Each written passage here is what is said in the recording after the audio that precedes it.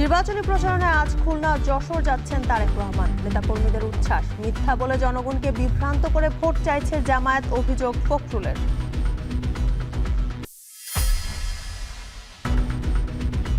এবার দেশের বাগ বদলের নির্বাচন। জামালপুর শেরপুরে জামায়াত আমির কয়েকটি দলকে হ্যার পক্ষে অবস্থানে স্পষ্টের আহ্বান। আজ কক্সবাজার চট্টগ্রামে জনসভা।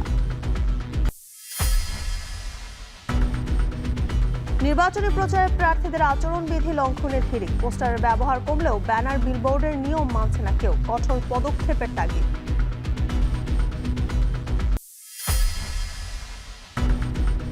নজিরবিহীন তুষার ঝড়ের কবলে যুক্তরাষ্ট্র। এক সপ্তাহেই প্রাণহানি শতাধিক। কানাডায় জমে গেছে নায়াগ্রা জলপ্রপাত। ইউরোপেও পরিস্থিতির অবনতি।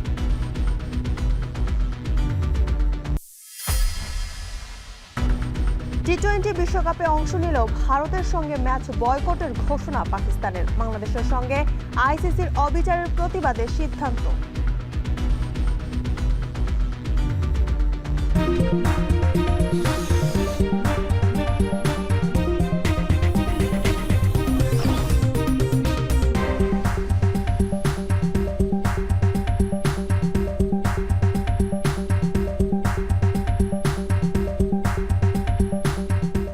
স্বাগত এখন সকালে। পুরো আয়োজনে আপনাদের সঙ্গে আছে আমি জানসিন জুথিকা। জাতীয় নির্বাচনের প্রচারণায় অংশ নিতে সোমবার খুলনায় যাচ্ছেন বিএনপি চেয়ারম্যান তারেক রহমান। এ উপলক্ষে ব্যাপক উৎসাহ উদ্দীপনা দলীয় নেতাকর্মীদের মাঝে। মাঠ ও মঞ্চ প্রস্তুত সহ সব ধরনের কাজ এগিয়ে চলছে দ্রুত গতিতে। তরিকুল ইসলামের প্রতিবেদন। প্রায় ২২ বছর পর ২রা ফেব্রুয়ারি খুলনায় আসছেন বিএনপি চেয়ারম্যান তারেক রহমান। এজন্য প্রস্তুত হচ্ছে খালিশপুরের প্রভাতী স্কুল মাঠ। নেতাকর্মীদের পাশাপাশি সাধারণ মানুষেরও আগ্রহ সৃষ্টি হয়েছে এ সমাবেশকে ঘিরে। সেই উৎসাহ উদ্দীপনা নিয়ে আমরা চাই আমাদের প্রিয় নেতা দেশনায়ক তারেক রহমানকে বরণ করতে। খুলনার আপামর জনসাধারণ এবং পার্শ্ববর্তী অঞ্চল থেকে কয়েক লক্ষ নেতাকর্মী তাকে সংবর্ধনা দেওয়ার জন্য আমরা ইতিমধ্যে প্রস্তুতি নিয়েছি। খুলনা বিভাগে দুটি নির্বাচনী জনসভায় যোগ দেবেন বিএনপি চেয়ারম্যান। খুলনা ও যশোরের জনসভাকে জনসমুদ্রের রূপ দিতে এরই মধ্যে দক্ষিণাঞ্চলের সব জেলায় নেতাকর্মীরা মাঠে নেমে পড়েছেন। দুটি জনসভা সফল করতে বিভাগীয় সাংগঠনিক কমিটি তদারকি করছেন। এইটা আমাদের সাংগঠনিক পরিমণ্ডলকে ছাড়িয়ে এটা জনতার পরিমণ্ডলে চলে গিয়েছে। জনগণ উৎসুক, জনগণ আনন্দিত, উদ্বেলিত। আগামীতে বিএনপি রাষ্ট্র গঠনের সুযোগ পেলে খুলনার সার্বিক উন্নয়নের বিষয়ে গুরুত্বপূর্ণ বক্তব্য প্রত্যাশা করছেন দলীয় নেতাকর্মী থেকে সাধারণ মানুষ। আমরা খুলনার মানুষের যে মনোবেদনা আছে উন্নয়ন না হওয়ার, সেইটা ঘুচাতেই আমরা কাজ করছি। উনি আমাদেরকে আশ্বস্ত করবেন যে আগামী দিনের যে বাংলাদেশ যাত্রা উনি শুরু করবেন, যার নেতৃত্ব হবে, উনি এই কাঙ্ক্ষিত উন্নয়নের লক্ষ্যে উনি জনগণকে আশ্বস্ত করবেন। শ্রমিকরা কিভাবে তাদের পুরো কর্মসংস্থান ফিরে পাবে এবং শ্রমিকদের সন্তান যারা এবং সারা বাংলাদেশে যারা বেকার যুবক পাশ করে বসে আছে তা কিভাবে চাকরি পাবে, এইসব বার্তাগুলো তিনি শ্রমিকদের মাঝখান থেকেই দিতে চান। দলীয় চেয়ারম্যানের আগমনে কয়েক লক্ষ মানুষের সমাগম ঘটবে বলে আশা দলটির নেতৃবৃন্দের। তরিকুল ইসলাম, এখন খুলনা।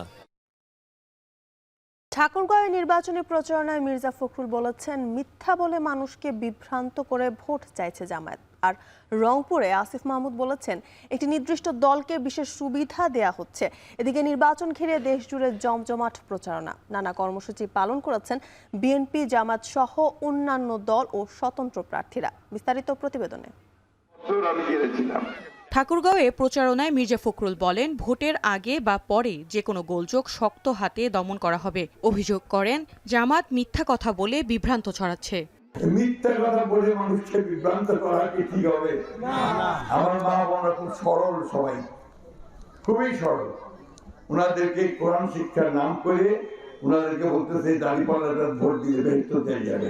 আপনাদেরকে আমি আশ্বাস দিতে চাই এবং প্রতিশ্রুতি দিতে চাই যে ইনশাআল্লাহ ভোটের দিন বা ভোটের সময় বা অন্য সময় কখনো কোনো গোলযোগ হবে না। আমরা সেটা শক্ত হাতেই দমন করব। রংপুরে পীরগঞ্জে শহীদ আবু সাইদের কবর জিয়ারত শেষে নির্বাচনী পদযাত্রায় নামে এনসিপি। এ সময় হাসনাত আব্দুল্লাহ অভিযোগ করে বলেন, বিএনপি প্রকাশ্যে হ্যাঁয়ের পক্ষে বললেও গোপনে না ভোট দিয়ে কাজ করছে। আসিফ মাহমুদ সজীব ভুইয়া বলেন, একটি নির্দিষ্ট দলকে বিশেষ সুবিধা দেয়া হচ্ছে। বিএনপি ওপেনে হাবুটের পক্ষে অবস্থান নিয়েছে, কিন্তু গোপনে তারা ন্যায়ের কার্যক্রম চালিয়ে যাচ্ছে। এই ওপেন গোপনের খেলা বন্ধ করে হাকে জিতিয়ে আগামী সংসদে আমরা ক্ষমতা কাঠামোর ইতিবাচক পরিবর্তন করবো ইনশাআল্লাহ। নির্বাচন কমিশনের এই নির্বাচন সুষ্ঠুভাবে আয়োজন করার যে সক্ষমতা, সেটা নিয়ে আমরা এর আগেও প্রশ্ন তুলেছি। তাদের অনেক ক্ষেত্রে পক্ষপাতিত্বের কথা আমরা বলেছি। একটি নির্দিষ্ট দলকে বিশেষ সুবিধা অনেক ক্ষেত্রে দেওয়া হচ্ছে। কক্সবাজারে নির্বাচনী প্রচারণায় নেমে জামাত প্রার্থী হামিদুর রহমান আজাদ স্বাধীনতা ও সার্বভৌমত্ব অক্ষুণ্ণ রেখে দেশকে এগিয়ে নিয়ে যাওয়ার কথা জানান। মর্যাদার সমুন্নত রেখে, স্বাধীনতা সার্বভৌমত্বকে অক্ষুণ্ণ রেখে এই জাতিকে বিশ্বের কাছে আমরা তুলে ধরতে চাই। কক্সবাজারের চকরিয়ায় নির্বাচনী প্রচারণায় নেমে বিএনপি স্থায়ী কমিটির সদস্য সালাউদ্দিন আহমেদ বলেন, এদেশে স্বাধীনতায় যারা বিশ্বাস করেনি তারাই ধর্মের ভিত্তিতে রাজনৈতিক বিভাজন করতে চায়। এদেশের স্বাধীনতায় যারা বিশ্বাস করেনি তারা ধর্মের ভিত্তিতে রাজনৈতিক বিভাজন করতে চায়। এদেশের মানুষ এটা চায় না। সাতক্ষীরায় ভোমরা স্থল বন্দর এলাকায় নির্বাচনী প্রচারণা চালিয়েছেন জামাত ইসলামী প্রার্থী মুহাদ্দিস আব্দুল খালেক। এ সময় তিনি ন্যায় ও ইনসাফের পক্ষে ভোট চান। জানান, দুর্নীতিমুক্ত বাংলাদেশ গড়াই জামাতের প্রধান লক্ষ্য। চট্টগ্রামের এনায়েত বাজার এলাকায় নির্বাচনী প্রচারণা চালান বিএনপি প্রার্থী আবু সুফিয়ান। এ সময় তিনি ধানের শীষের ভোট চান। রাজশাহীতে প্রচারণা চালিয়েছে জামাত প্রার্থী অধ্যাপক জাহাঙ্গীর আলম। এ সময় তিনি দাঁড়িপাল্লার হয়ে ভোটারদের কাছে ভোট চান। এছাড়া দেশের নির্বাচনী প্রচারণা চালিয়েছে বিদ্রোহী ও স্বতন্ত্র প্রার্থীরা। সুরাইয়া আক্তার, এখন।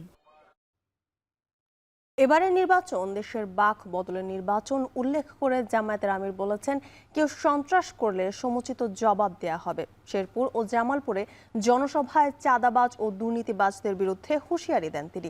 আইনশৃঙ্খলা বাহিনীর উপস্থিতিতে দলের কর্মী রেজাউলকে হত্যা করা হয়েছে বলে অভিযোগ করেন ডক্টর শফিকুর রহমান। রাজু আহমেদের প্রতিবেদন।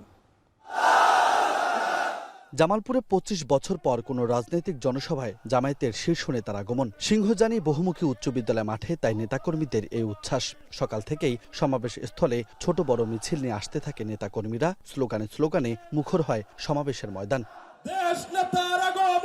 দুপুর ২টায় মঞ্চে ওঠেন জামায়াত আমির। দলীয় স্বার্থে নয়, দেশের স্বার্থে জামায়াতের পক্ষে ভোট চান তিনি। বলেন, আগামী নির্বাচন দেশের বাক পরিবর্তনের নির্বাচন। হ্যাঁ ভোট নিয়ে সব রাজনৈতিক দলকে স্পষ্ট বার্তা দেওয়ারও আহ্বান জানান জামায়াত আমির। এই নির্বাচন ১৪০০ শহীদের রক্তের উপর দাঁড়িয়ে নির্বাচন। এই নির্বাচন ৩৪,০০০ আমাদের ছেলে মেয়েদের পঙ্গুত্বের নির্বাচন। এই নির্বাচন অতীতের ৫৪ বৎসরের যে রাজনীতি ফেসিবাদ তৈরি করেছে সেই বস্তা পচা রাজনীতির কবর রচনার নির্বাচন। প্রথম ভোট হার পক্ষে ইনশাআল্লাহ। হা জিতলে বাংলাদেশ জিতবে, হা পরাজিত হলে বাংলাদেশ পরাজিত হয়ে যাবে। ধর্মবর্ণের বিভাজন ছাড়াই সকলকে নিয়ে দেশ করার প্রতিশ্রুতি দেন জামায়াত আমির। এ সময় ৫ আসনের প্রার্থীদের হাতে দলীয় প্রতীক তুলে দেন তিনি। আজাদি না গুলামি, তার হাত ধরে আজাদি নিশ্চিত হবে ইনশাআল্লাহ। খুলে দাও হৃদয়ের জানলা, জিতবে এবার দাঁড়িপাল্লা। এর আগে শেরপুরের শহীদ দারুক আলী পৌর পার্ক মাঠের জনসভায় জামায়াত আমির বলেন, চাঁদাবাজ ও দুর্নীতিবাজদের সাথে জামায়াতের কোনো সম্পর্ক নেই। প্রতিহিংসার রাজনীতি না করারও অঙ্গীকার করেন ডাক্তার শফিকুর রহমান। বৈষম্যের বিরুদ্ধে, অন্যায়ের বিরুদ্ধে, দুর্নীতির বিরুদ্ধে, চাঁদাবাজির বিরুদ্ধে, মানুষ খুনের বিরুদ্ধে, মায়ের ইজ্জত যারা নষ্ট করে তাদের বিরুদ্ধে ইনশাআল্লাহ এ দেশ দাঁড়িয়ে যাবে। আমরা সেদিন যুবকদেরকে বাংলাদেশ নামের উড়োজাহাজের ককপিটে বসিয়ে দেব। নারীদের কর্মসংস্থান তৈরির প্রতিশ্রুতি দিয়ে জামায়াত আমির হুঁশিয়ারি দেন, মায়েদের অসম্মান করলে সারা দেশে বিস্ফোরণ হবে। মায়ের গায়ে হাত উঠলে বাংলাদেশ বিস্ফোরিত হবে। শেরপুরে জনসভায় যোগ দেওয়ার আগে সকালে হেলিকপ্টার যোগে শ্রীবর্দী উপজেলার নিহত জামায়াত নেতা রেজাউল করিমের বাড়িতে যান জামায়াত আমির। কবর জিয়ারত ও নিহতের পরিবারের সাথে সাক্ষাৎ করেন। এ সময় খুনোখুনি রাজনীতি বন্ধ করার আহ্বান জানান তিনি। আমি যার উপরে আক্রমণটা করছি সে যদি দুনিয়া থেকে চলে যায় তাহলে এই পরিবারটা কি হবে? একটা বুথের জন্য, একটা সিটের জন্য মানুষ এতটা পাষাণ, বেপরোয়া, নির্দয় কিভাবে হতে পারে? সারা দেশে অন্যান্য নির্বাচনী জনসভার মতো জামালপুর ও শেরপুরের জনসভাতেও জামায়াত আমিরের বার্তা ছিল অভিন্ন। তরুণ ও নারীদের প্রতি অগ্রাধিকার বেশি ছিল জামাত আমিরের বক্তব্যে। একই সঙ্গে ঐক্যবদ্ধ বাংলাদেশ বিনির্মাণেরও প্রত্যাশা ব্যক্ত করেছেন তিনি। চেয়েছেন হ্যাঁ ভোটের পক্ষে ভোট। জামালপুর থেকে রাজু আহমেদ, এখন। এদিকে আজ কক্সবাজার ও চট্টগ্রামে একাধিক নির্বাচনী জনসভায় অংশ নেবেন জামায়াত আমির ডক্টর শফিকুর রহমান। সকালে তিনি কক্সবাজারের মহেশখালীতে নির্বাচনী জনসভায় অংশ নেবেন। এরপর তিনি যাবেন কক্সবাজার সদর এলাকায়। সেখানে স্থানীয় নেতাকর্মীদের সঙ্গে মতবিনিময় করবেন ও জনসভায় বক্তব্য রাখবেন। দুপুরে ডক্টর শফিকুর রহমান অংশ নেবেন চট্টগ্রাম পটিয়ার নির্বাচনী জনসভায়। পরে বিকেলে তিনি যাবেন সীতাকুণ্ডে। সেখানে তিনি অংশ নেবেন আরও একটি নির্বাচনী জনসভায়। দিনের শেষ কর্মসূচিতে সন্ধ্যায় তিনি চট্টগ্রাম মহানগরী এলাকায় আয়োজিত নির্বাচনী জনসভায় বক্তব্য রাখবেন। দিনব্যাপী এসব কর্মসূচিতে দলের কেন্দ্রীয় ও স্থানীয় নেতাকর্মীদের উপস্থিত থাকার কথা রয়েছে।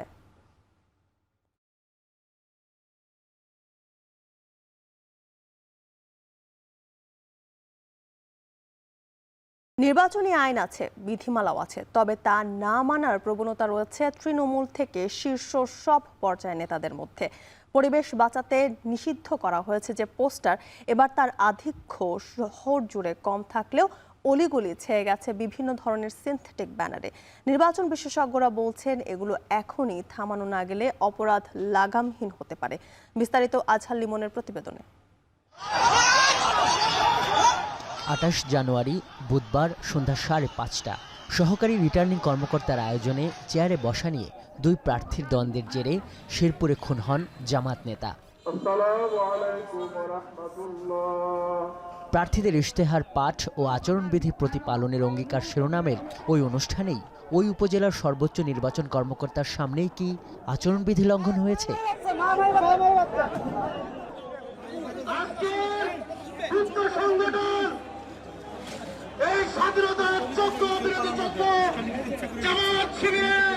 নির্বাচন আইন গণপ্রতিনিধিত্ব আদেশ থেকে তৈরি রাজনৈতিক দল ও প্রার্থীর আচরণ বিধিমালা ২০২৫ অনুসারে এই ঘটনায় আচরণবিধির ২টি ধারার অন্তত ৩টি উপধারার লঙ্ঘন হয়েছে। যেমন আচরণবিধির ৬ ধারায় বলা হয়েছে প্রচারণার ক্ষেত্রে সব প্রার্থী সমান অধিকার পাবেন এবং অন্য প্রার্থীর প্রচারণা পণ্ড ও বাধা দিতে পারবেন না। একইভাবে ১৫ ধারায় বলা হয়েছে নির্বাচনী প্রচারকালে কোনো ধরনের তিক্ত ও উস্কানিমূলক বক্তব্য দিতে পারবেন না। শুধু শেরপুর না, ঢাকার অন্তত ২টি আসনে প্রার্থীদের প্রচারণায় প্রতিদ্বন্দ্বী প্রার্থীর এজেন্টদের বিরুদ্ধে হামলার ঘটনা খবর হয়েছে। এইগুলো যদি না থামানো হয় একসময় দেখা যাবে যে এটা একদম লাগামহীন হয়ে গেছে এবং নির্বাচনের যে আইন শৃঙ্খলা মেনে চলার যেটা দায় থাকে সবারই, সেক্ষেত্রে কারোর কেউ আর দায়টা নিবে না, বলবে যে সবই তো হচ্ছে। আচরণবিধি লঙ্ঘনের অভিযোগ শুধু তৃণমূলে নয়, শীর্ষ নেতাদের উপরেও আছে। বিএনপির শীর্ষ নেতা শেরপুর, কিশোরগঞ্জ, নরসিংদী, নারায়ণগঞ্জ, কুমিল্লা সহ একাধিক জনসভা করেছেন গভীর রাত পর্যন্ত। অবশ্য দিনের কোন ভাগে জনসভা করা যাবে তা নির্ধারিত নেই আচরণবিধিতে। তবে বিধিমালার ১৭ ধারার ২ উপধারায় আছে মাইক বা শব্দের মাত্রা বাড়ানো যে কোনো যন্ত্রের ব্যবহার করা যাবে দুপুর ২টা থেকে রাত ৮টা পর্যন্ত। এবং একই ধারার ১ উপধারায় নির্বাচনী এলাকায় একই সঙ্গে ৩টির অধিক মাইক বা লাউডস্পিকার ব্যবহার না করার যে বিধান রয়েছে তা লঙ্ঘন করে চলেছেন তারেক কিংবা শফিকুর, দুই রহমানই। এই বড় বড় নেতারা তারাই আমাদের কাছে এক্সাম্পল হয়ে ওঠা উচিত যে তারা আইনের প্রতি শ্রদ্ধাশীল।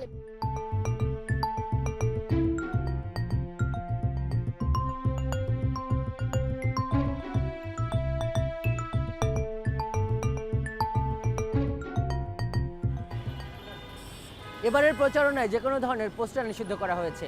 বলা হয়েছে ব্যবহার করা যাবে ব্যানার এবং ফেস্টুন, তবে তা হতে হবে নির্ধারিত মাপের এবং সাদা কালো। একই সঙ্গে নিষিদ্ধ আছে সিনথেটিক উপাদানের উপর প্রস্তুত যে কোনো ধরনের প্রচারণা সামগ্রী। কিন্তু বাস্তবতা হলো শহর জুড়ে দেখা যাচ্ছে এরকম রঙিন এবং সিনথেটিক উপাদানের উপর প্রস্তুত নানান ধরনের প্রচারণা সামগ্রী। প্রশ্ন হলো এটি হচ্ছে কোন আইনে?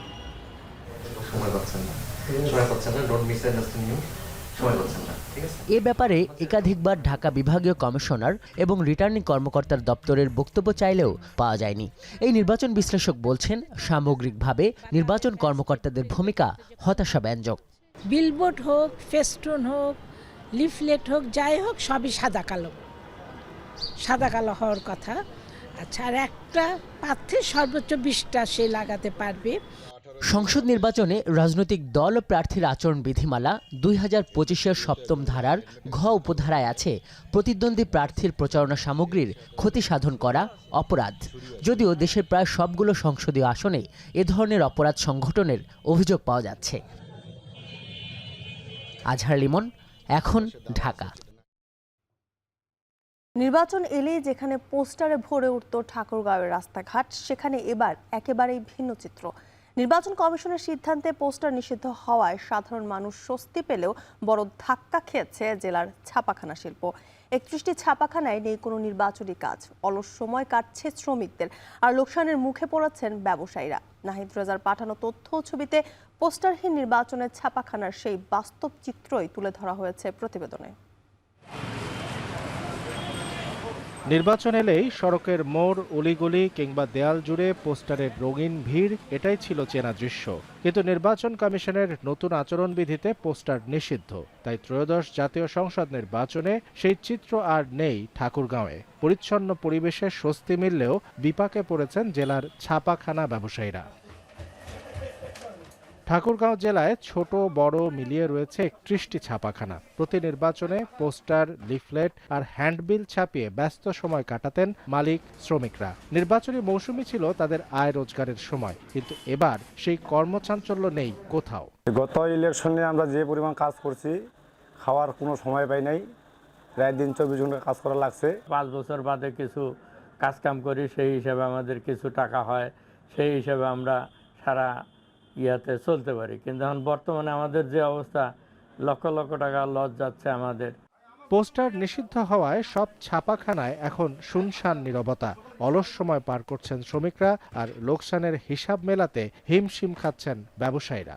ডিজিটাল ব্যানারের মেশিন এই মুহূর্তে আমাদের ঠাকুরগাঁয়ে, কাপড়ের ছাপানোর মেশিন ঠাকুরগাঁয়ে না থাকার কারণে এই কাজগুলা মূলত বাইরে থেকে করা হচ্ছে বা করতেছে, আমরা যেটা সরবরাহ করতে সক্ষম হই নাই। পরিচ্ছন্ন নির্বাচন প্রক্রিয়া নিশ্চিত হলেও বিকল্প কর্মসংস্থানের ব্যবস্থা না থাকায় সংকটে পড়েছে ঠাকুরগাঁওয়ের ছাপাখানা শিল্প। এখন ঠাকুরগাঁও। আগামী ত্রয়োদশ নির্বাচন নিয়ে দেশের সীমানা পেরিয়ে প্রবাসেও আগ্রহ কম নয়। আইনের সুশাসন, দুর্নীতি দমন এবং প্রবাসীদের মর্যাদা রক্ষায় নতুন সরকার কাজ করবে, এমন প্রত্যাশার কথা জানিয়েছেন মালয়েশিয়ার প্রবাসীরা। বিস্তারিত প্রতিবেদনে। প্রতিদ্বন্দ্বিতাহীন 3টি সাধারণ নির্বাচনের পর গণঅভ্যুত্থান পরবর্তী ত্রয়োদশ জাতীয় নির্বাচন নিয়ে প্রবাসীদের আগ্রহ ব্যাপক। এই নির্বাচনে প্রথমবারের মতো ভোটও দিয়েছেন তারা। প্রবাসীদের ভোট টানতে রাজনৈতিক দলগুলোর উল্লেখযোগ্য প্রতিশ্রুতি না থাকলেও নতুন সরকার নিয়ে নানা প্রত্যাশার কথা জানিয়েছেন তারা। অতীতে নানা সময়ে প্রবাসী বান্ধব সরকার দাবি করা হলেও তার বাস্তবতা খুব একটা দেখা যায়নি। প্রবাস যাত্রায় পাসপোর্ট করা থেকে শুরু করে দেশে ফেরা পর্যন্ত নানা হয়রানির শিকার প্রবাসীরা। মাত্রাতিরিক্ত অভিবাসন ব্যয় প্রতারিত হওয়ার পাশাপাশি মিশনগুলো থেকে অসহযোগিতা তো আছেই। তবে মালয়েশিয়া প্রবাসীদের প্রত্যাশা, নির্বাচিত সরকার প্রকৃত অর্থেই এসব সমস্যা সমাধানে গুরুত্ব দেবে। এয়ারপোর্টে অনেক হয়রানি হইতে হয়, আমাদেরকে ও হয়রানিগুলো জানি বন্ধ। আরেকটা হচ্ছে আমাদেরকে টিকিটের সিন্ডিকেটটা অনেক। মানুষের যে আগে আসতাম আমরা, আসা যাওয়া 1000 টাকা হতো, এখন ওই যাওয়ার টিকিটে আমার 1500-1200 মতো লাগে যায়। তো আসা আমরা চাই টিকিটটাও জানি আমাদের এন ন্যায্য মূল্য মধ্যে থাকে, জানি আমরা আসা যাওয়াটা জানি আমাদের জন্য আরো ইজি হয়। প্রবাসীরা এও বলছেন, আইনের সুশাসন, জবাবদিহিতা, সামাজিক নিরাপত্তা আর দুর্নীতি দমন করতে পারলেই তাদের কাঙ্ক্ষিত বাংলাদেশ প্রতিষ্ঠিত হবে। তাগিদ দেন প্রবাসীদের পরিবারের নিরাপত্তা নিশ্চিতের উপরও। প্রবাসীরা বিদেশে আছি, আমরা যেন প্রবাসের যে যেমন আমাদের পাসপোর্ট রিনিউ, এই কাজগুলো যেন তাড়াতাড়ি করা হয়। তারপরে দুর্নীতিমুক্ত এবং আইন শৃঙ্খলা বাহিনী আমাদের পরিবার এবং পারিবারিক যে সমস্যাগুলো আছে এগুলি যেন সহজে সমাধান করে। প্রথমবারের মতো ভোটাধিকার প্রয়োগের সুযোগ পেয়ে অনেক প্রবাসী আশাবাদী হলেও বাস্তব জীবনের নানা সংকট নিরসনে কার্যকর পদক্ষেপের আশায় দিন গুনছেন প্রবাসীরা। শাহরিয়ার তারেক, এখন, মালয়েশিয়া। নিখোঁজের 3 দিন পর রাজধানীর তেজগাঁও শিল্পাঞ্চল এলাকা থেকে বিজয় নামের 17 বছরের এক যুবকের মরদেহ উদ্ধার করেছে পুলিশ। বিজয় তেজগাঁওয়ের একটি বেসরকারি প্রতিষ্ঠানে পরিচ্ছন্নতা কর্মী ছিলেন। পরিবারের দাবি, একই প্রতিষ্ঠানের পিয়ন রাজু এই হত্যাকাণ্ডের সাথে জড়িত। রাতে রাজধানীর তেজগাঁও শিল্পাঞ্চল এলাকার ইন্টারন্যাশনাল ডিস্ট্রিবিউশন কোম্পানির বন্ধ জেনারেটর রুমের তালা ভেঙে বিজয়ের মৃতদেহ উদ্ধার করে পুলিশ। এর আগে গতকাল দুপুরে একই প্রতিষ্ঠানের পিয়ন রাজু অফিসে ফোন করে তার মৃতদেহের সন্ধান দেয়। বিজয় নিখোঁজ হওয়ার একদিন পর রাজু ঢাকা থেকে পালিয়ে যায় এবং কর্মস্থলেও অনুপস্থিত ছিলেন। পুলিশ জানায় তারা প্রাথমিকভাবে এটিকে হত্যাকাণ্ড হিসেবে বিবেচনা করছেন। ময়নাতদন্তের পর মৃত্যুর আসল কারণ নিশ্চিত হওয়া যাবে। রাজুর বিষয়ে অনুসন্ধান চলমান বলেও জানায় পুলিশ। যিনি ভিকটিম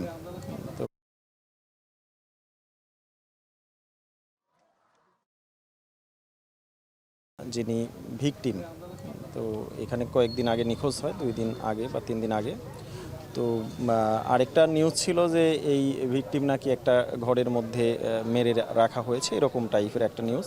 তো সেই প্রেক্ষিতে আমরা ঘটনাস্থলে তালা ভেঙে প্রবেশ করে লাশ দেখতে পাই। তো প্রাথমিকভাবে এইটি আমাদের হত্যাকাণ্ড বলেই মনে হয়েছে। আমরা অনুসন্ধান এবং পর্যায়ে রয়েছে। তো এটা পোস্টমর্টমের জন্য লাশটাকে মর্গে পাঠিয়ে দেওয়া হয়েছে। তো আশা করি সঠিক অনুসন্ধানের মাধ্যমে প্রকৃত কারণ উদ্ঘাটিত হবে। মাগুরায় কাঁচা বাজারে বেড়েছে সব ধরনের সবজি সরবরাহ বেশি থাকায় কেজিতে 10 থেকে 30 টাকা কমেছে সব ধরনের সবজির দাম। এতে ক্রেতা পর্যায়ে ফিরেছে স্বস্তি। এ নিয়ে আরো জানাতে একতা কাঁচা বাজার থেকে যুক্ত হচ্ছেন বিশ্বজিৎ বাপি। কোন সবজি কি দরে বিক্রি হচ্ছে জানাবেন।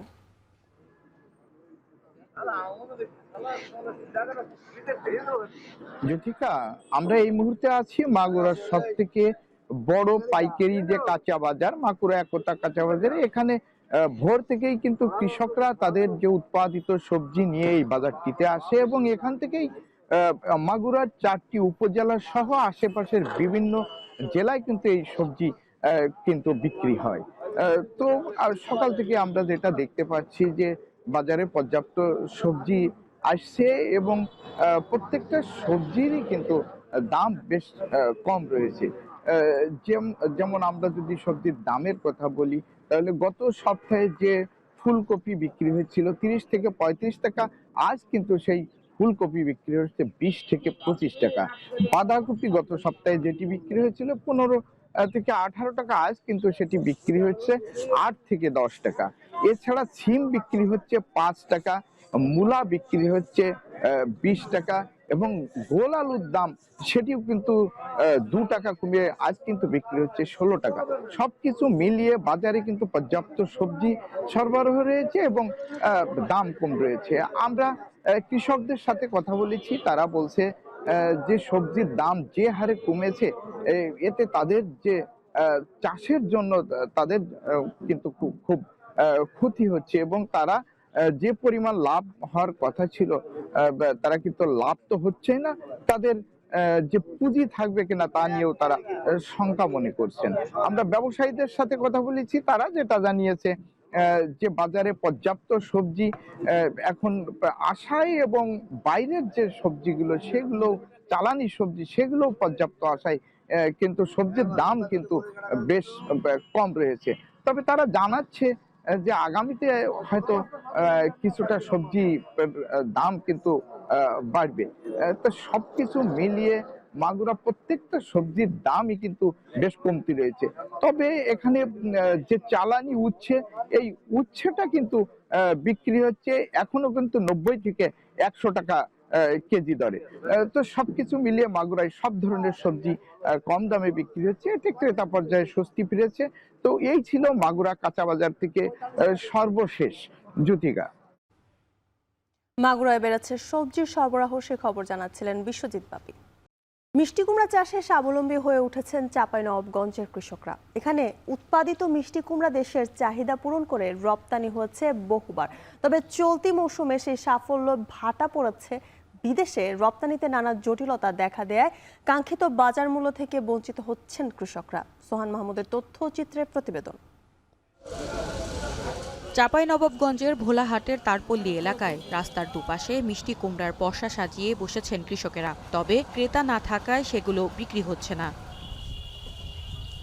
গোহালবাড়ি এলাকার বাসিন্দা মাসুদ রানা গত 4 বছর ধরে মিষ্টি কুমড়া চাষ ও রপ্তানি করে আসছেন, তবে চলতি মৌসুমে রপ্তানি করতে না পারায় আর্থিকভাবে ক্ষতিগ্রস্ত হচ্ছেন তিনি। গত বছর যে হালে আমাদের ভোলাহাট থেকে বিদেশ গেছে, এবার মিষ্টি কুমড়াটা কি জন্য বিদেশ যাওয়া হয় না এটা আমরা বুঝতে পারি না। কৃষকদের দাবি চলতি মৌসুমে অতি বৃষ্টিতে উৎপাদন কম হয়েছে, তাছাড়া পরিবহন সমস্যা, রপ্তানি প্রক্রিয়ার জটিলতা আর বাজার ব্যবস্থাপনার দুর্বলতা মিষ্টি কুমড়া বিক্রিতে সংকটের মূল কারণ। অতি বৃষ্টির জন্য ধরেন কি ফলনটা খুব কমে গেছে। মানে বিঘাতে গেল বছর হয়তো 50-60 মন বিঘে হতো, এবারকে দেখা গেল 20 মন, 30 মন, 25 মন এরকম বিঘে হয়, বুঝছেন। এই হিসাবে লাভবান কম হচ্ছে। সংশ্লিষ্টরা মনে করছেন উৎপাদন প্রক্রিয়া, সরবরাহ চেইন, বাজার অবকাঠামোগত উন্নয়নের অভাবে বিদেশে যাচ্ছে না মিষ্টি কুমড়া। অন্যদিকে উৎপাদনের সময় পরিবর্তনের কারণে রপ্তানি কার্যক্রম বাধাগ্রস্ত হচ্ছে বলে জানান এই কর্মকর্তা। প্রথমত রপ্তানির যে কোনো পণ্যের আমাদের দেশ থেকে মানে আম বলেন বা কাঁচামাল, যে কোনো সবজি বা ফল যেটাই বলেন, সেটা প্রথম প্রতিবন্ধকতা হচ্ছে আমাদের ইনফ্রাস্ট্রাকচার ডেভেলপ না। আসলে রপ্তানির জন্য যে সকল জিনিসপত্র দরকার মানে কাঠামোগত, সেটা নাই। তারা যে মিষ্টি কুমড়াটা ডিমান্ড করে একটু কাঁচা এবং বড় সাইজের মিষ্টি কুমড়া, সেই জাতটি আমাদের এই এলাকায় খুব বেশি চাষ হয় না। এবং যে সময় আমরা এই মিষ্টি কুমড়াটা রপ্তানির সময় ছিল, ওই সময় আমাদের বৃষ্টির কারণে মিষ্টি কুমড়া ক্ষতিগ্রস্ত হয়েছে, যার ফলে এই বছর তারা রপ্তানি করতে পারেনি। ভোলাহাট উপজেলায় এবার মিষ্টি কুমড়া উৎপাদনের লক্ষ্যমাত্রা ধরা হয়েছে প্রায় 50,000 মেট্রিক টন, যার বাজার দর প্রায় 100 কোটি টাকা। এখন চাঁপাইনবাবগঞ্জ। পাবনার সুজানগরে পূর্ব শত্রুতার জের ধরে পেঁয়াজ খেতে বিষ প্রয়োগ করে কৃষকের 12 বিঘা জমির ফসল নষ্ট করার অভিযোগ উঠেছে প্রতিপক্ষের বিরুদ্ধে। তবে অভিযুক্তরা বিষ প্রয়োগ করে ক্ষেত নষ্ট করার বিষয়টি অস্বীকার করেছেন। আর ক্ষতিগ্রস্ত কৃষকদের কারিগরি সহযোগিতার পাশাপাশি কৃষি প্রণোদনা দেওয়ার কথা জানান উপজেলা কৃষি কর্মকর্তা। মাসুদ রানার প্রতিবেদনে দেখুন বিস্তারিত। যে মাঠে স্বপ্ন বুনেছিল কৃষক, আজ সেই মাঠেই নীরব কান্না। ব্যাংক ও বিভিন্ন সংস্থা থেকে ঋণ নিয়ে মাঠের জমি লিজ নিয়ে পেঁয়াজের চাষ করেছিলেন পাবনার হামিদপুরের 3 কৃষক। সম্প্রতি রাতে বিষ দিয়ে 12 বিঘা পেঁয়াজের ফসল নষ্ট করেছে প্রতিপক্ষ। ভুক্তভোগীদের অভিযোগ, স্থানীয় কৃষক দুলাল শেখ, মিন্টু শেখ, আরিফ, আবিদ ও ঝন্টু শেখ লিজ নিয়ে আগে এই জমি চাষ করতেন। এবছর জুয়েল শেখ, বন্দের আলী ও আবেদ আলী নতুন করে লিজ নিয়ে চাষ করায় ক্ষুব্ধ হয়ে এই কাজ করেছেন অভিযুক্তরা। এই বইটা যারা চষে খাইতে হয় 5-7 চষে খাইতে 4 জন লাগিয়ে, আমরা বইটি নতুন রাখছি, 4 জন লাগিয়ে ভাগে নিছি। আমার সন্দেহ এরাই আমার এই চেষ্টা মারিছে। তারা থ্রেড ফোন করতেছে, আমাদের ফোন আছে বাড়ির পাশে, তারা থ্রেড ফোন করতেছে কিভাবে নিচ্ছিলা, কত দূর থেকে কিভাবে আবাদ করি তোদের দেখবে। এরা করছে রাতের অন্ধকারে, এই আশপাশের লোকজন জিজ্ঞাসা করেন আপনারা আসছেন, সঠিক যাচাই বাছাই করে আপনি যদি সঠিক মূল্য পায়, এটাই আমরা চাই। এরা এখন ঋণ দেবে কি দিয়ে, আর বাচ্চা কাচ্চা মানুষ করবে কি দিয়ে? তার তো পরিবার আছে, তার পরিবারের লোকজন খাওয়াবে কি দিয়ে? এগুলো তো একবারে শেষ করে দিচ্ছে, এরা তো একবারে নিঃস্ব। তবে বীজ দিয়ে জমি নষ্ট করার বিষয়টি অস্বীকার করেছেন অভিযুক্তরা। আমাদের জমি আমরা থুয়ে আসি না, আমরা ঘটনার সাথে জড়িত না, এই সম্পূর্ণ ষড়যন্ত্র বলে মনে করছি আমরা। এ বিষয়ে লিখিত অভিযোগ পেলে আইনি সহায়তার আশ্বাস দিয়েছেন উপজেলা কৃষি কর্মকর্তা। এ সময় ভুক্তভোগী কৃষকদের কারিগরি সহায়তার পাশাপাশি কৃষি প্রণোদনার দেওয়ার কথা জানালেন উপজেলা কৃষি কর্মকর্তা। কৃষক আমাদের কাছে কোনো লিখিত অভিযোগ করেন নাই, আর যেহেতু একটা ফৌজদারি বিষয়, এটা থানাতে একটা জিডি বা থানাতে অভিযোগ করা যেতে পারে। আমাদের কাজ হলো কারিগরি সহায়তা দেওয়া, আমরা সেটা ইতিমধ্যে কৃষকদের পরামর্শ দিয়েছি। এ ঘটনায় সুজানগর থানায় মামলা করেছে ভুক্তভোগী 3 কৃষক। মাসুদ রানা, এখন, পাবনা। এবার আন্তর্জাতিক প্রসঙ্গ। কয়েক দশকের মধ্যে ভয়াবহ শীতকালীন ঝড়ের কবলে যুক্তরাষ্ট্রের বেশিরভাগ অংশ। গেল এক সপ্তাহের তীব্র শীত ও তুষারপাতে প্রাণ হারিয়েছে শতাধিক মানুষ। ক্রমাগত বিদ্যুৎ বিভ্রাট ও ঠান্ডায় বিপর্যস্ত যুক্তরাষ্ট্রের জনজীবন। বরফ জমে ভিন্ন রূপ ধারণ করেছে কানাডার নায়াগ্রা জলপ্রপাত। প্রচণ্ড শীত ও তুষারপাতে জমাট হয়ে গেছে ইউরোপের বেশিরভাগ নদী, হ্রদ ও জলাশয়। 1945 সালের পর রেকর্ড তুষারপাত হয়েছে জাপানে। বিস্তারিত জানাচ্ছেন তানভীর জনি। গেল এক সপ্তাহের ভয়াবহ শীতকালীন ঝড়ে যুক্তরাষ্ট্রে প্রাণ হারিয়েছে শতাধিক মানুষ। এর মধ্যে বোম্ব সাইক্লোনের প্রভাবে নর্থ ও south Carolina, Tennessee, Virginia, Georgia সহ বেশ কয়েকটি অঙ্গরাজ্যে বরফ পড়েছে 8 থেকে 22 ইঞ্চি পর্যন্ত। এসব অঞ্চলের তাপমাত্রা বইছে হিমাঙ্কের নিচে। স্মরণকালের ভয়াবহ তুষারপাতের মুখে ক্রমাগত বিদ্যুৎ বিভ্রাট বিপর্যস্ত করে তুলেছে যুক্তরাষ্ট্রের বাসিন্দাদের জনজীবন। বিদ্যুৎবিহীন অবস্থায় প্রাণঘাতী ঠান্ডা থেকে বাঁচতে হিমশিম খাচ্ছে তারা। তীব্র শীত ও তুষারপাতের মধ্যে আশ্রয় খুঁজছে গৃহহীন মানুষ। বিপজ্জনক হয়ে পড়েছে যান চলাচল। তীব্র শীতে আংশিক জমে গেছে কানাডার নায়াগ্রা ফলস। তুষারপাতে জলপ্রপাতটি ভিন্ন এক রূপ ধারণ করেছে। জলপ্রপাত দিয়ে গড়িয়ে পড়ছে বরফের টুকরো। গোটা অঞ্চল ঢেকে আছে বরফে এবং নদীর উপর ভাসমান বরফের আকর্ষণীয় দৃশ্য দেখতে ভিড় জমাচ্ছেন দেশি বিদেশি পর্যটকেরা। All the icicles, especially coming out of the top of the power station there. All the icicles, all the frozen trees on the other side. Partially frozen water around the falls. It's all looks really nice. Because it's cold and we never thought about coming here in the winter. It seemed like a crazy idea, but it's beautiful. And we like to come in winter because the experience is absolutely amazing. You find everything frozen. It's cold, it's chilly, but it's beautiful. কয়েক সপ্তাহ ধরে হিমাঙ্কের নিচে তাপমাত্রার কারণে বরফে ঢেকে গেছে পোল্যান্ডের দীর্ঘতম নদী ভিস্তুলা। ভাসমান এই বরফ ছুঁয়েছে বাল্টিক সাগরকে, যা বিরল ঘটনা। তীব্র ঠান্ডায় দ্রুত জমে যাওয়ায় ওডার ও ভিস্তুলা নদীতে বন্ধ রয়েছে বরফ ভাঙার কাজও। এদিকে পোল্যান্ডের বন্দরনগরী গডানস্কের নদীগুলোও জমে গেছে বরফে। হিমায়িত নদীগুলো হয়ে উঠেছে আকর্ষণীয় পর্যটন স্পট। বরফ জমাট নদী ও হ্রদের উপর চলছে স্কেটিং ও সাইকেলিং। প্রায় 1 মাস যাবৎ তীব্র তুষারপাত হচ্ছে ইউরোপের দেশ জার্মানিতে। এতে বরফে পরিণত হয়েছে দেশটির ছোট বড় বেশিরভাগ হ্রদ ও জলাশয়। বন্ধ হয়ে আছে নৌ চলাচল। হিমায়িত এসব জলাশয়গুলো এখন শীতকালীন ক্রীড়াপ্রেমীদের কাছে হয়ে উঠেছে খেলার মাঠ। 200 বছরের মধ্যে সবচেয়ে ভারী তুষারপাতের কবলে পড়েছে রাশিয়ার রাজধানী মস্কো। কিছু এলাকায় সড়কে বরফ জমেছে কোমর পর্যন্ত। মস্কো সহ বেশ কয়েকটি অঞ্চলে জারি করা হয়েছে উচ্চ সতর্কতা। বন্ধ হয়ে গেছে বিমান চলাচল। এদিকে তীব্র শীতের মধ্যে বৃষ্টিপাতে বিপর্যস্ত ইউক্রেনের জনজীবন। আগামী কয়েকদিন দেশটির তাপমাত্রা -30 ডিগ্রি সেলসিয়াস থাকার পূর্বাভাস দিয়েছে আবহাওয়া অফিস। এছাড়া হিমশীতল আবহাওয়ার মধ্যে জ্বালানি সংকটে ভুগছে ইউক্রেনের বেশিরভাগ শহর। তীব্র তুষারপাত অব্যাহত রয়েছে এশিয়ার দেশ জাপানেও। দেশটির উত্তর ও পশ্চিমাংশে রেকর্ড 5 থেকে 8 ফুট উচ্চতার বরফ জমেছে, যা 1945 সালের পর সর্বোচ্চ। জাপান সাগরের উপকূলের কিছু অংশেও ভারী তুষারপাত রেকর্ড করা হয়েছে। তানভীর জনি, এখন বিশ্ব। যমুনা নদীর পানিতে বিষাক্ত অ্যামোনিয়ার মাত্রা বেড়ে যাওয়ায় দিল্লির 6টি পানি সরবরাহ কেন্দ্রের কার্যক্রম বন্ধ রয়েছে। এতে সুপেয় পানির সংকট দিল্লির 43 এলাকার 20 লাখ বাসিন্দা। অনেক স্থানে পানি পাওয়া গেলেও সেগুলো থেকে ছড়াচ্ছে দুর্গন্ধ। বাসিন্দারা জানায় পানি সংকটে ব্যাহত হচ্ছে তাদের স্বাভাবিক কার্যক্রম। এছাড়া সরকার সমস্যাটি সমাধানে কার্যকর উদ্যোগ নিচ্ছে না বলেও অভিযোগ ভুক্তভোগীদের। বিস্তারিত অর্ণব প্রসাদের প্রতিবেদনে।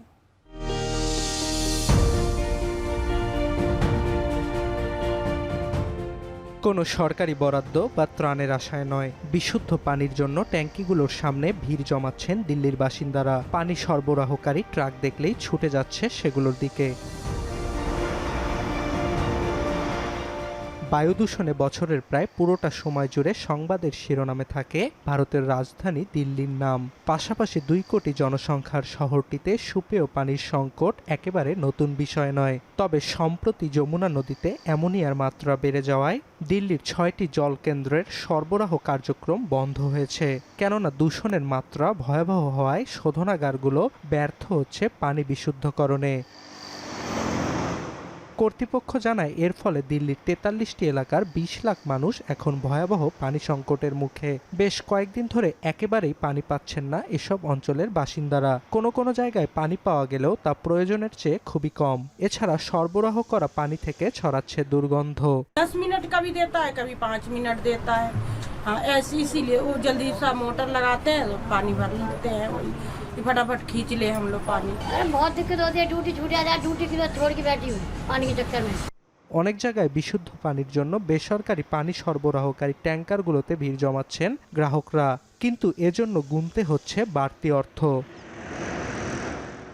দিল্লির মোট পানির প্রায় 40% আসে যমুনা নদী থেকে।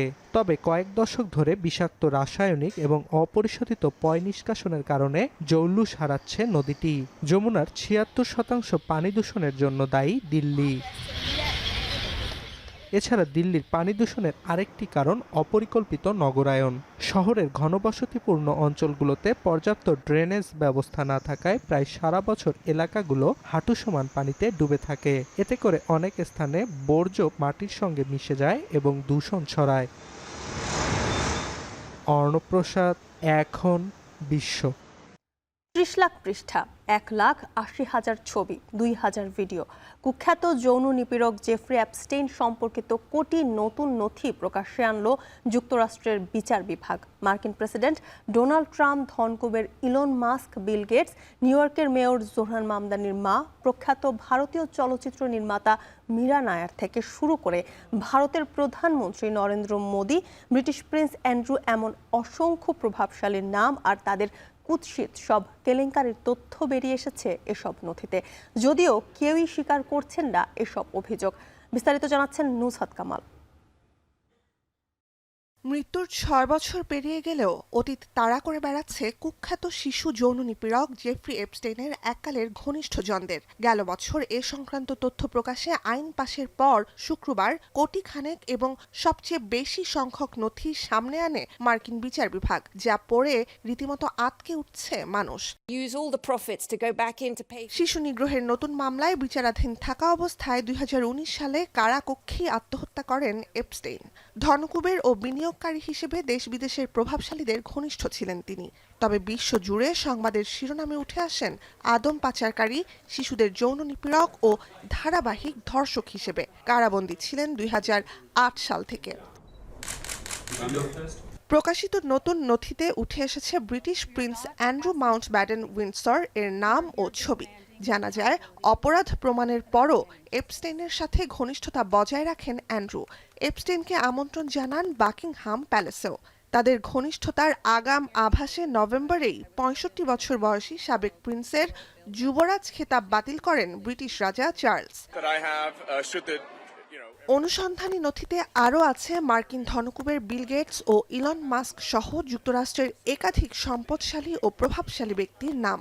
মাইক্রোসফট প্রতিষ্ঠাতা বিল গেটস আর টেসলা প্রধান ইলন মাস্ক আগে এপস্টেইনের সাথে সম্পর্কের কথা অস্বীকার করলেও এবার আতশ কাচের নিচে দুজনই। খসড়া ইমেইলে দেখা গেছে রুশ কিশোরীদের সাথে বিয়ে বহির্ভূত সম্পর্ক স্থাপন করে যৌনবাহিত রোগে আক্রান্ত হয়ে এপস্টেইনের সাহায্য চান বিল গেটস।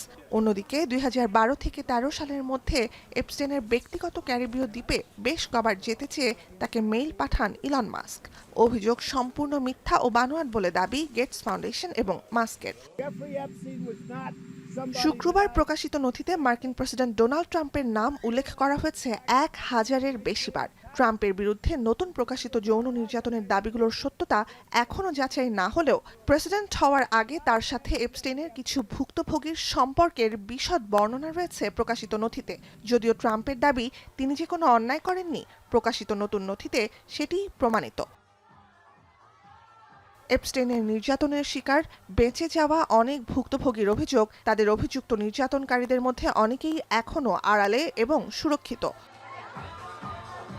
নুসহাত কামাল, এখন বিশ্ব। আইসিএ এজেন্টদের অভিবাসী বিরোধী অভিযান ও মার্কিন নাগরিক হত্যার প্রতিবাদে বিক্ষোভে ফুঁসছে যুক্তরাষ্ট্র। সহিংসতা এড়াতে ডেমোক্র্যাট নিয়ন্ত্রিত অঙ্গরাজ্যে বিক্ষোভকারীদের সঙ্গে বিবাদে না জড়াতে নিরাপত্তা বাহিনীকে আদেশ দিয়েছেন ট্রাম্প। তীব্র জনরোষের মুখে ছেড়ে দেওয়া হয়েছে আইসিএর হাতে আটক 5 বছরের শিশুকে। আদালত শিশুটির বাবাকেও ছেড়ে দেওয়ার নির্দেশ দিয়েছে। আর মিনিয়াপলিসে মার্কিন নাগরিক হত্যার তদন্তের ভার এফবিআইকে দিয়েছে homeland security secretary Kristi Noem. সতীর্থ কর্মকার জানাবেন বিস্তারিত। যুক্তরাষ্ট্রের মিনিসোটার মিনিয়াপলিস শহরের সড়কে নেমে এসেছে লাখো মানুষ। ট্রাম্পের অভিবাসন নীতিবিরোধী স্লোগান, প্ল্যাকার্ড, প্রতীকী পুতুল নিয়ে ব্যাপক বিক্ষোভ রাজপথে। অভিবাসন বিরোধী অভিযান ছাপিয়ে নিজেদের নিরাপত্তা নিয়ে উদ্বেগে স্থানীয়রা।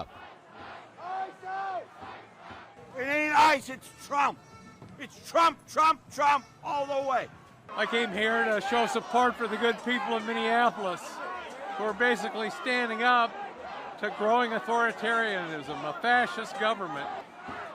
মার্কিন গণমাধ্যম বলছে মিনিয়াপলিসের এই জনসমাগম নজিরবিহীন। অভিবাসী বিরোধী অভিযানের অংশ হিসেবে এই শহরে 3000-এর বেশি এজেন্ট নিয়োগ করেন ট্রাম্প, যা মিনিয়াপলিসের পুলিশ বিভাগের কর্মকর্তাদের সংখ্যার 5 গুণ বেশি। এই অভিযানের জেরে 2 মার্কিন নাগরিককে হত্যা করে এই আইসি এজেন্টরা, আর সেখান থেকেই এই জনরোষের সূত্রপাত। মিনেসোটা ছাড়াও এদিন আইসি বিরোধী বিক্ষোভ হয়েছে ক্যালিফোর্নিয়ায়। এ সময় গুরুত্বপূর্ণ পয়েন্টে অবস্থান কর্মসূচি পালন করেছেন বিক্ষোভকারীরা।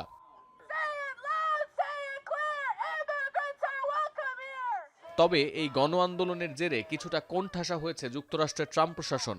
বিশেষ করে ডেমোক্রেট নিয়ন্ত্রিত অঙ্গরাজ্যে নিরাপত্তা বাহিনীকে বিক্ষোভকারীদের সঙ্গে বিবাদে না জড়ানোর নির্দেশ দিয়েছেন মার্কিন প্রেসিডেন্ট। এখানেই শেষ নয়, মিনেসোটায় অভিযান চালাতে গিয়ে এক মার্কিন নাগরিককে আটক করে আইসি। হেফাজতে নেওয়া হয় তার 5 বছরের শিশুকে। তীব্র জনরোষ ও ডেমোক্রেট নেতাদের রোষের মুখে ওই শিশু ও তার বাবাকে ছেড়ে দিতে নির্দেশ দিয়েছেন আদালত। এছাড়া এফবিআইকে মিনিয়াপলিসে আইসির গুলিতে নিহত মার্কিন নাগরিককে হত্যার তদন্তের ভার দিয়েছেন homeland security secretary Kristi Noem. সতীর্থ কর্মকার, এখন বিশ্ব। এবার খেলার প্রসঙ্গ। শেষ পর্যন্ত আসন্ন টি-20 বিশ্বকাপে খেলার সিদ্ধান্ত নিলেও ভারতের সঙ্গে ম্যাচ বয়কটের ঘোষণা দিল পাকিস্তান। বাংলাদেশের সঙ্গে আইসিসির অবিচারের প্রতিবাদে এমন সিদ্ধান্ত বলে জানিয়েছে দেশটির সরকার। এমন সিদ্ধান্ত ভারতের অনুষ্ঠেয় টি-20 বিশ্বকাপের ভবিষ্যৎ নিয়ে দেখা দিয়েছে শঙ্কা। এমনকি আইসিসির আর্থিক বাণিজ্যেও পড়তে পারে লোকসানের থাবা। যদিও পাকিস্তানের এমন সিদ্ধান্তের বিষয়ে আইসিসির পক্ষ থেকে এখনো পর্যন্ত কোনো বক্তব্য পাওয়া যায়নি। বিস্তারিত আরিফুল ইসলাম সাহাবের প্রতিবেদনে। ক্রিকেট বিশ্বের সবচেয়ে প্রতীক্ষিত দ্বৈরথ, যার অপেক্ষায় থাকে কোটি কোটি চোখ, সেই ভারত পাকিস্তান মহারণ এবার বিশ্বকাপে হচ্ছে না। বাংলাদেশের সাথে আইসিসির অবিচারের প্রতিবাদে রোববার এমন নজিরবিহীন সিদ্ধান্তের কথা জানায় পাকিস্তান সরকার। তবে প্রশ্ন উঠেছে, এই বয়কট কি কেবলই প্রতিবাদের ভাষা, নাকি এর পেছনে লুকিয়ে আছে বিশাল এক আর্থিক ক্ষতির সমীকরণ? আইসিসি রায়ের প্রধান উৎস সম্প্রচার সত্ত্ব ও বিজ্ঞাপন। ভারত পাকিস্তানের ম্যাচটি না হওয়ায় বড় বড় বহুজাতিক প্রতিষ্ঠানগুলো যদি তাদের ইনভেস্টমেন্ট তুলে নেয়, তাহলে বড় সড় প্রভাব পড়বে আইসিসির রেভিনিউ শেয়ারিং মডেলে। এছাড়াও বাংলাদেশের পক্ষে পাকিস্তানের এই অবস্থান আইসিসির ভেতরে এক ধরনের প্রশাসনিক অচলাবস্থা তৈরি করতে পারে, যা দীর্ঘমেয়াদী স্পন্সরশিপ চুক্তিতে নেতিবাচক প্রভাব ফেলতে পারে। বিভিন্ন গণমাধ্যমের বরাদ্দে বলা যায়, পাকিস্তানের এমন সিদ্ধান্ত নৈতিকভাবে বাংলাদেশের পাশে দাঁড়ানোর পাশাপাশি বিশ্ব ক্রিকেটের বাণিজ্যিক কাঠামোয় নিঃসন্দেহে একটি বড়সড় ফাটল। আইসিসি কি পারবে এই আর্থিক ক্ষতি কাটিয়ে উঠতে, নাকি উল্টো পাকিস্তানের উপরও পড়বে নিষেধাজ্ঞার খড়গ? সে প্রশ্ন থেকেই যাচ্ছে। আরিফুল ইসলাম সাহাব, এখন। শেষ করছি এখন সকাল। তার আগে শিরোনামগুলো আরো একবার।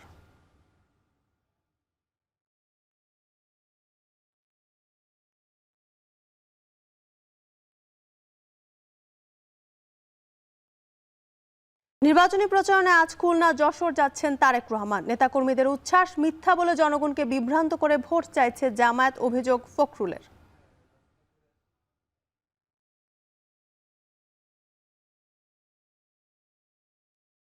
এই ছিল এখন সকালে। এখন টেলিভিশন ওয়েবসাইটে দেখতে ভিজিট করুন এখন.tv। এছাড়া ফেসবুকে দেখতে ভিজিট করুন facebook.com/tv.এখন এবং ইউটিউবে দেখতে ভিজিট করুন youtube.com/c/echontv।